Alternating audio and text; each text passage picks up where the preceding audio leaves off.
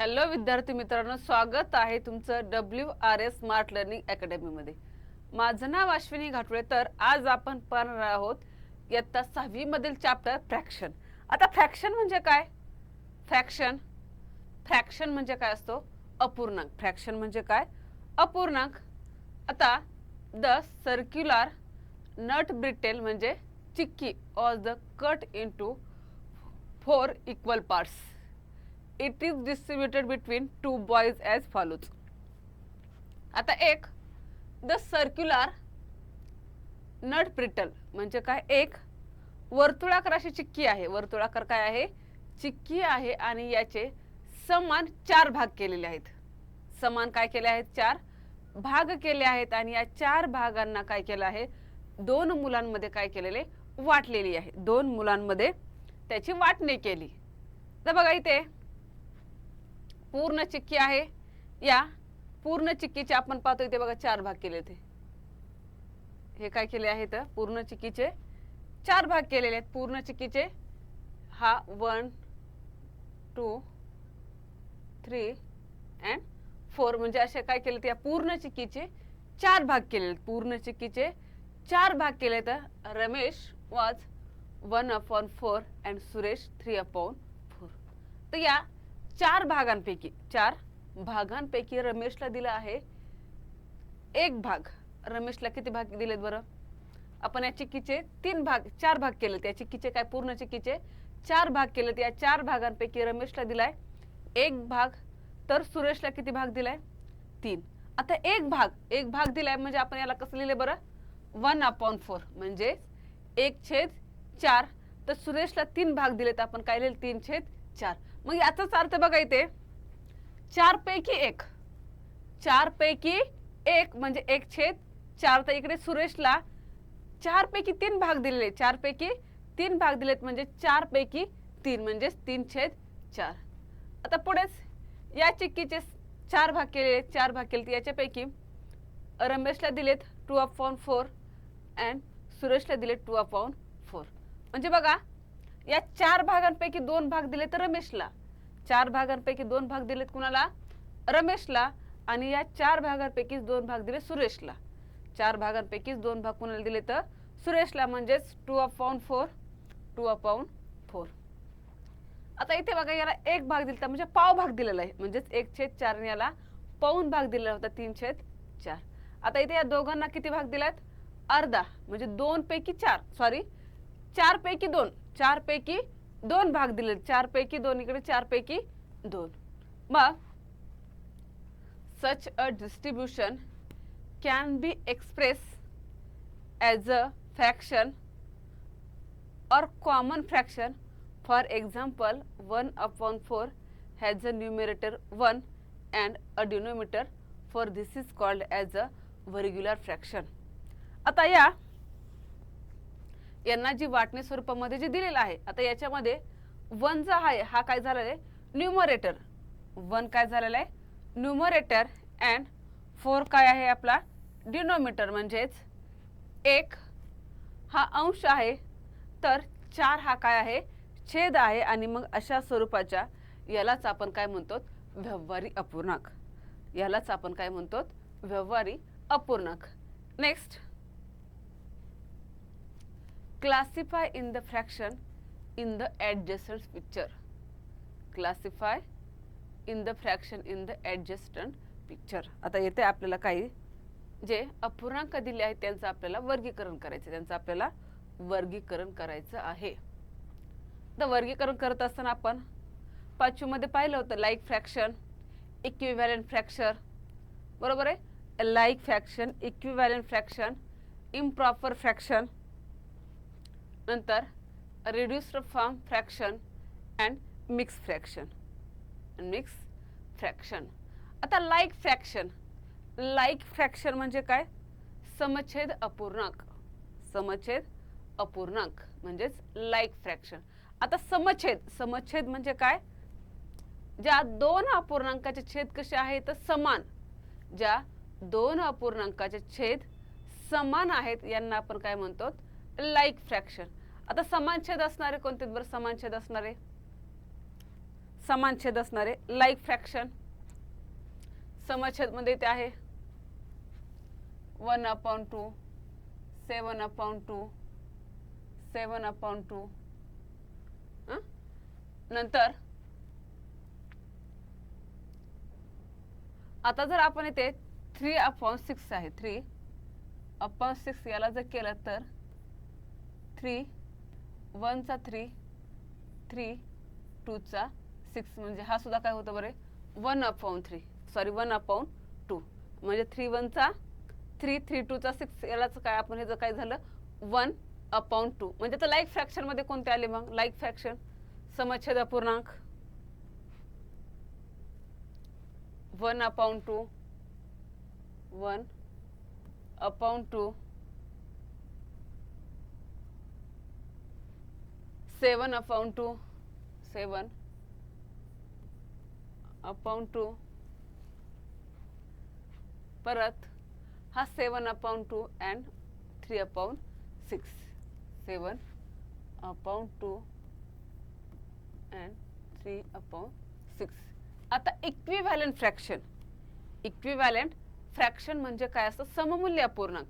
Equivalent fraction तर equivalent fraction म्हणजे काय सममूल्य अपूर्णांक म्हणजे यांना जर आपण हे दिलेले जे अपूर्णांक आहेत या दिलेल्या अपूर्णांकाला जर त्यांचं आपण अतिसंक्षिप्त रूप जर काढलं या त्यांची किंमत दोन्हीची किंमत काय होते सारखीच मिळते इक्विव्हॅलंट फ्रॅक्शन मध्ये. आता इथे बघा 1/5 आहे 1/5 and 3/15 बघा 1/5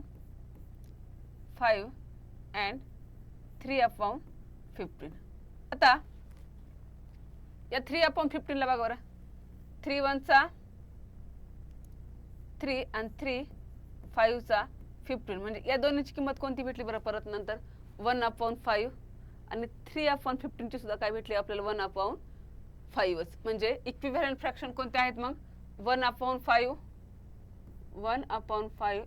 and 3/15.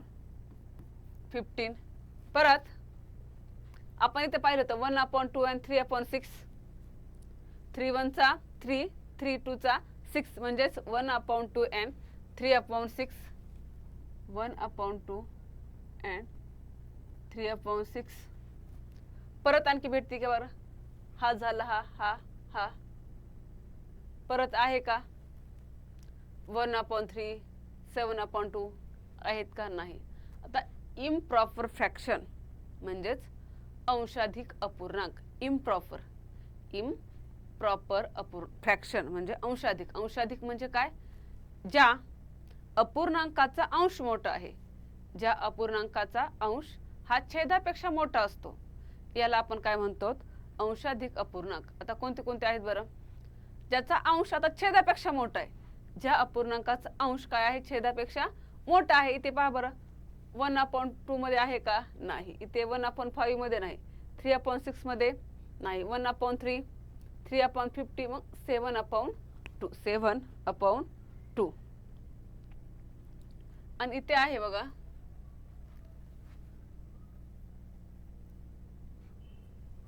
इथे काय आहे मग इथे एक आपण हे करूयात इरेज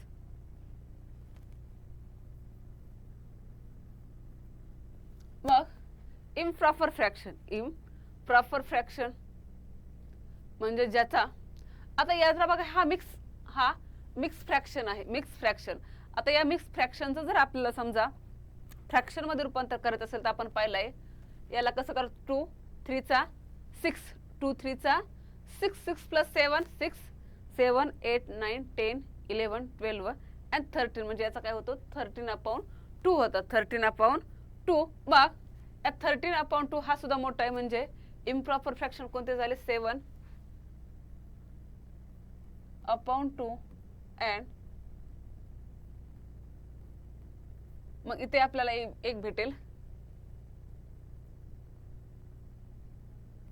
7/2.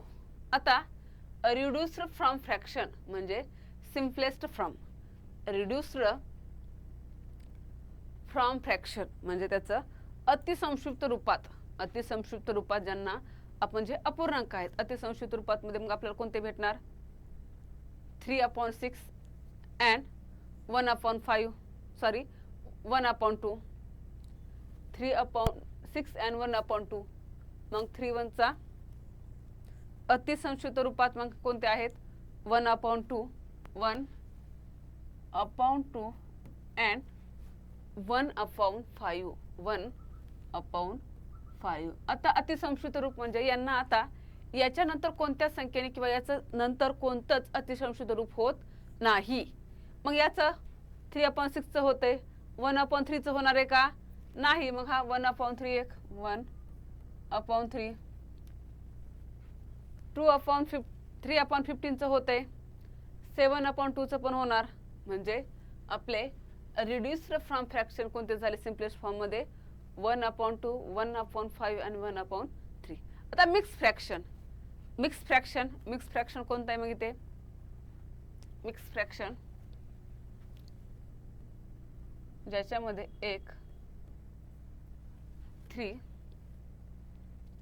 पुढे आपल्याला पाहायचं आहे डेमॉन्स्ट्रेशन म्हणजे आपल्याला हे काय करायचं एक प्रात्यक्षिक करायचे. आता या प्रात्यक्षिकासाठी बघा आता ट्राय द फॉलोइंग एक्सपेरिमेंट. याच्यासाठी मटेरियल पाहिजे bucket mug and water bucket mug and water. तर first it take mug water to fill the bucket completely with water. It takes आता हे कम्प्लिटली बकेट भरण्यासाठी आपल्याला किती मग पाणी लागेल बरं. It takes 10 mug water to fill the bucket म्हणजे ही बकेट भरण्यासाठी आपल्याला काय लागेल 10 मग पाणी लागेल. पुढे गार्डन प्लांट्स वेअर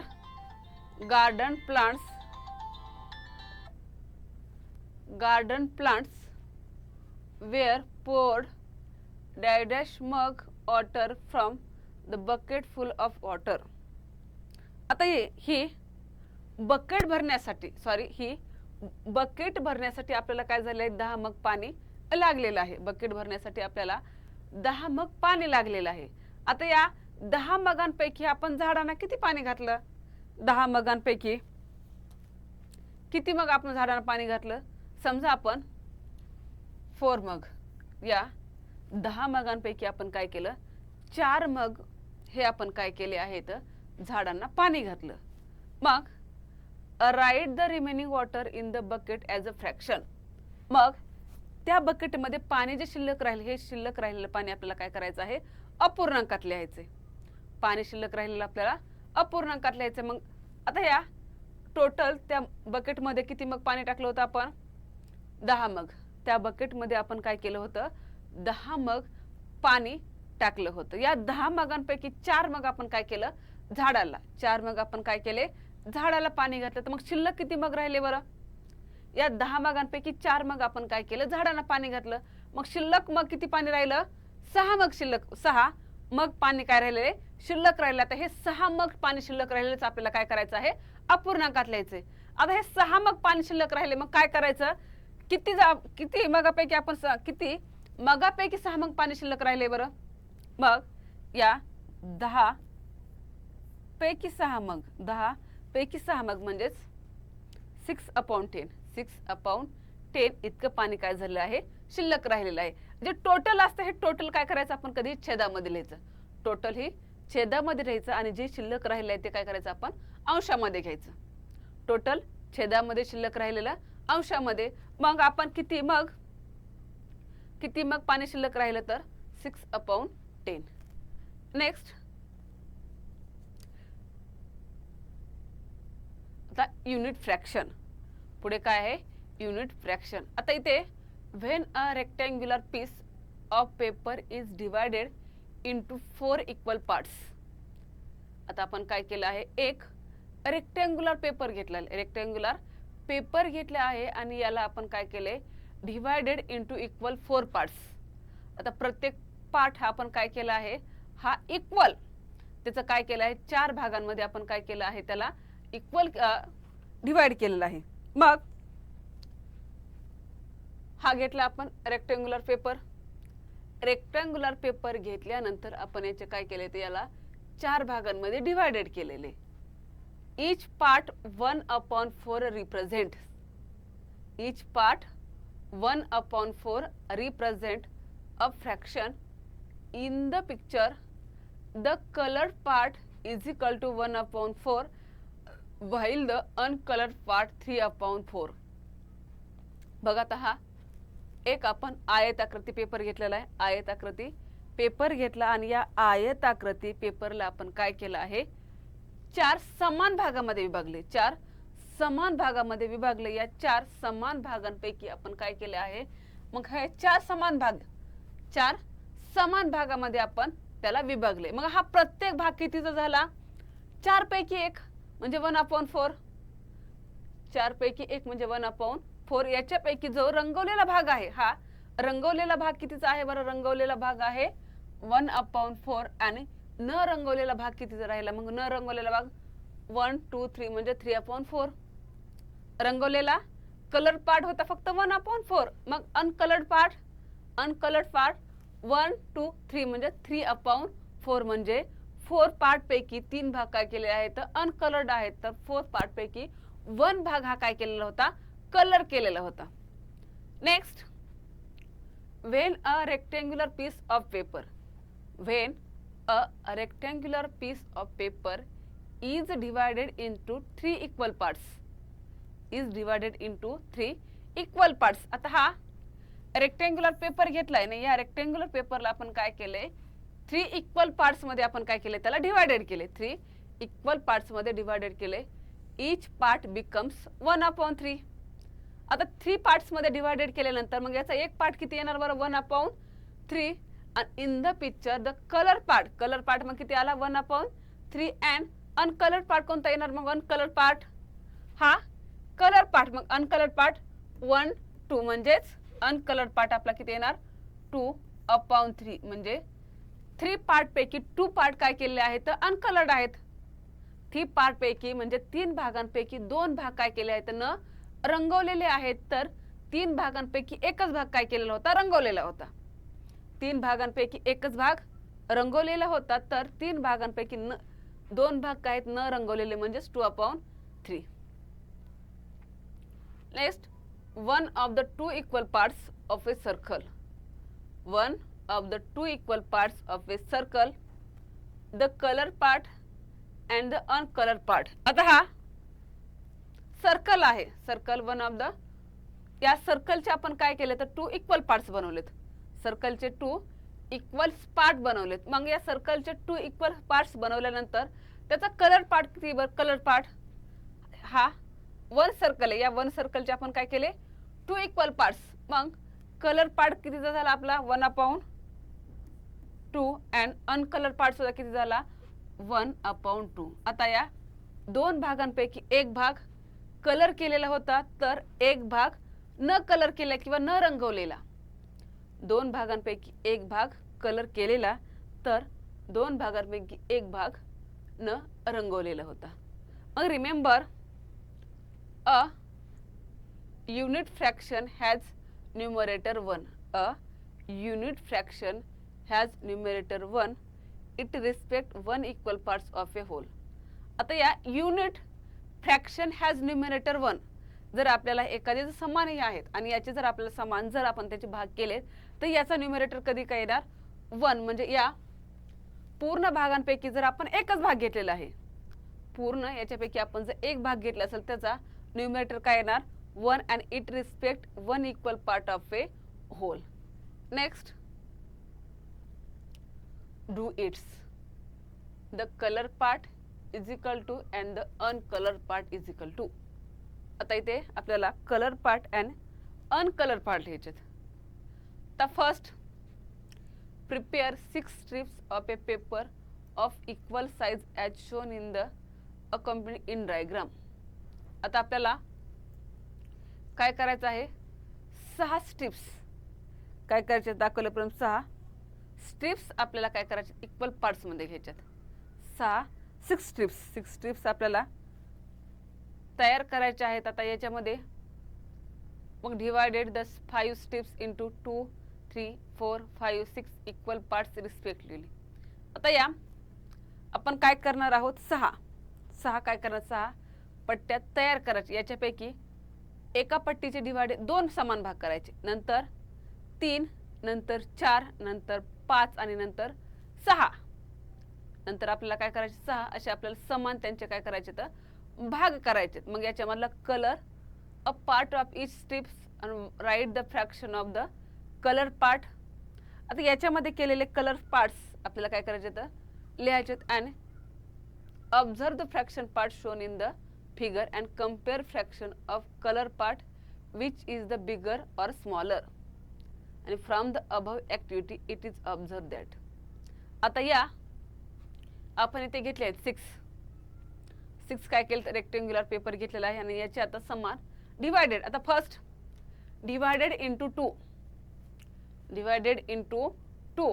आता पहिला आपण जी काय पट्टी घेतलेली आहे किंवा जो पेपर घेतलेला आहे या पेपरचे आपण समान 2 भाग केलेत, समान 2 भाग केलेत म्हणजे त्याला समान 2 भागांमध्ये विभागले, समान 2 भागामध्ये विभागले. तर मग याचा अर्धा भाग म्हणजेच 1 बघा आता हा पूर्ण काय होता, एकच पेपर आहे, पूर्ण एक पेपर आहे. आता या एक पेपर मध्ये काय केलंय, हा एक पेपर आहे, या एक पेपरचे आपण काय केले 2 भाग केलेत, एका पेपरचा 2 भाग केलेत. मग 2 पैकी 1 भाग रंगवलेला आहे, 2 पैकी 1 भाग न रंगवलेला म्हणजेच अनकलर्ड्स. या 2 भागांपैकी 1 भाग कलर्ड आहे तर 2 भागांपैकी 1 भाग अनकलर्ड आहे.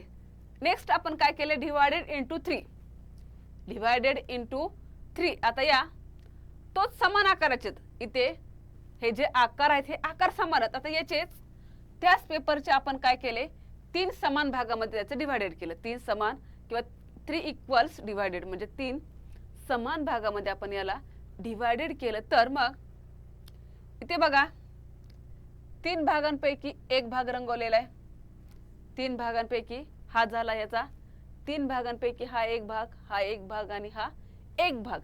आता मग कलर्ड भाग, कलर्ड किती झाला मग 1/3, 1/3. तर अनकलर्ड मग 1/3 आणि 1/3 म्हणजेच 2/3. पुढे divided into 4 parts, divided into 4. मग 4 मध्ये डिवायडेड केल्यानंतर मग याला बघा याचे 1 2 3 4 पार्ट्स बनले. मग याच्यापैकी 4 पैकी 1 म्हणजे 1/4 हा कलर पार्ट आहे.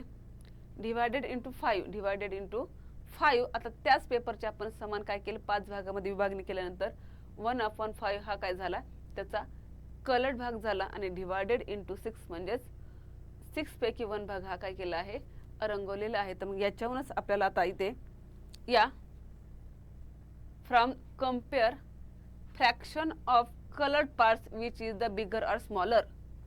कम्पेअर फ्रॅक्शन ऑफ कलर्ड म्हणजे याच्यापैकी सर्वात मोठा किंवा सर्वात जास्त रंगवलेला भाग कोणाचा आहे आणि सर्वात कमी रंगवलेला भाग कोणाचा आहे. आता सर्वात जास्त रंगवलेला भाग कोणता आहे बरं, सर्वात जास्त रंगवलेला भाग, सर्वात जास्त रंगवलेला भाग 1/2 आणि सर्वात कमी रंगवलेला भाग 1/6. सर्वात कमी काय केलंय ज्याचा बघा आता इथे याचे 2 भाग केले होते, 2 भाग केले म्हणून याचा भाग रंगवलेला भाग तेवढाच निघाला. आता इथे त्याच पेपरचे आपण 6 समान भाग केलेत, त्याच पेपरचे आपण काय केलंय 6 समान भाग केल्यानंतर मग याचा रंगवलेला भाग काय झाला कमी आहे. Next, when a whole is divided into several equal parts, when a whole is divided into several equal parts, each individual part is a unit fraction 1/2, 1/3, 1/4, 1/5 and 1/6 are all unit fraction. and मग सर्वात मोठं कोणतं निघाल बरं 1/2,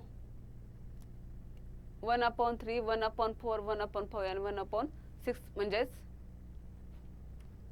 1/2 greater than 1/3. 1/3 is greater than 1/4 and 1/4 is greater than 1/5 and 1/5 is greater than 1/6. म्हणजे सर्वात मोठा कोणता झाला 1/2, 1/2. आता आपल्याला पाहायचं आहे तर अशा प्रकारे विद्यार्थी मित्रांनो आपण फ्रॅक्शन या फ्रॅक्शन बद्दल आपण काय केले ओव्हरऑल माहिती पाहिलेली आहे. Thank you so much.